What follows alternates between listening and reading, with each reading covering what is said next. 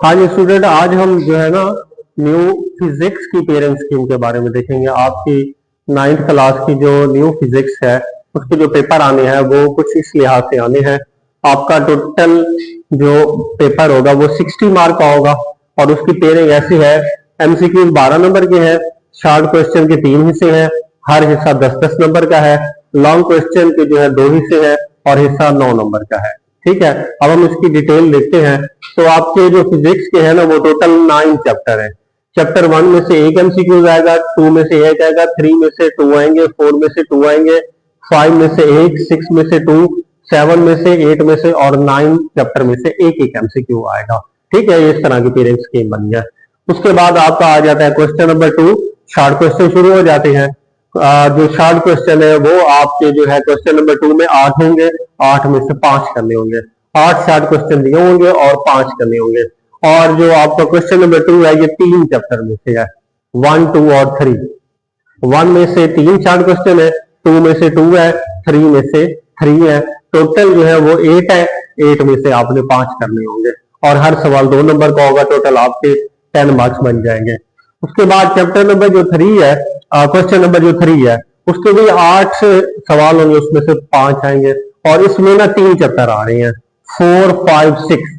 Chapter number 4, 5 और 6। 4 में से 3 आई है, 5 में से 3 है और 6 में से 2 शॉर्ट क्वेश्चन है। ठीक है, और इस करने आपने 5 है, टोटल 10 नंबर का हो जाएगा। उसके बाद जो आपका क्वेश्चन नंबर 4 है शॉर्ट क्वेश्चन का, ठीक है, ये चैप्टर 7, 8 और 9 में से है।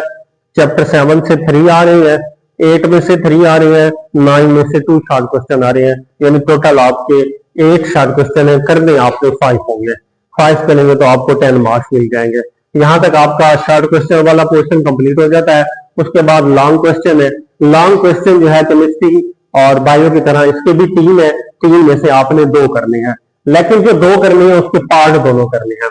ठीक है, अच्छा, अब जो क्वेश्चन नंबर 5 है इसमें 3 चैप्टर से आएगा, 1, 2 और 3 में से।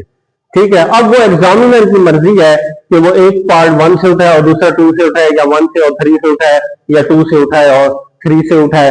ठीक है, ये एग्जामिनर पे मुनहसर है कि उन्होंने किस लिहाज से उठाया। बहरहाल ए पार्ट 4 नंबर का होगा और जो बी पार्ट है वो आपका 5 मार्क का होगा। उसके बाद जो क्वेश्चन नंबर 6 है वो 4, 5 और 6 चैप्टर में से है। इसका भी वही सूरत हाल है।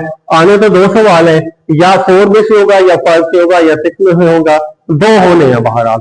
तो ए पार्ट 4 नंबर का होगा, बी पार्ट जो होगा आपका वो 5 नंबर का होगा। ये पेपर बनाने वाले की मर्जी पे है कि वो ए पार्ट 4 से उठाता है या 5 से उठाता है। इसी तरह बी पार्ट जो है वो 6 से उठाएगा, या ये भी हो सकता है कि बी पार्ट वो 5 से उठाए और ए पार्ट 4 से उठा दे। और जो आपका क्वेश्चन नंबर 7 है, लास्ट क्वेश्चन है, वो 7, 8 और 9 चैप्टर में से है। और यहाँ भी वही सूरत हाल है कि ए पार्ट 4 नंबर का है और बी पार्ट आपका 5 नंबर का है। अब ये एग्जामिनर की मर्जी है कि वो कौन सा पार्ट कहां से उठाता है और कौन सा न्यूमेरिकल उठाता है और कौन सा थ्योरी का क्वेश्चन उठाता है। बहरहाल एक थ्योरी और एक न्यूमेरिकल का आना है, यहाँ भी एक थ्योरी न्यूमेरिकल का, एक थ्योरी और एक न्यूमेरिकल आना है। ये एग्जामिनर की मर्जी है कि वो कौन सा उठाएगा। बहरहाल स्कीम जो हमें डिपार्टमेंट की तरफ से मिली है वो यही मिली है। तो ये आपकी न्यू 9th फिजिक्स की स्कीम है। इसी स्कीम के लिहाज से आपने पेपर अपने तैयार करने हैं और आपने जो है ना वो पेपर देने हैं। ठीक है।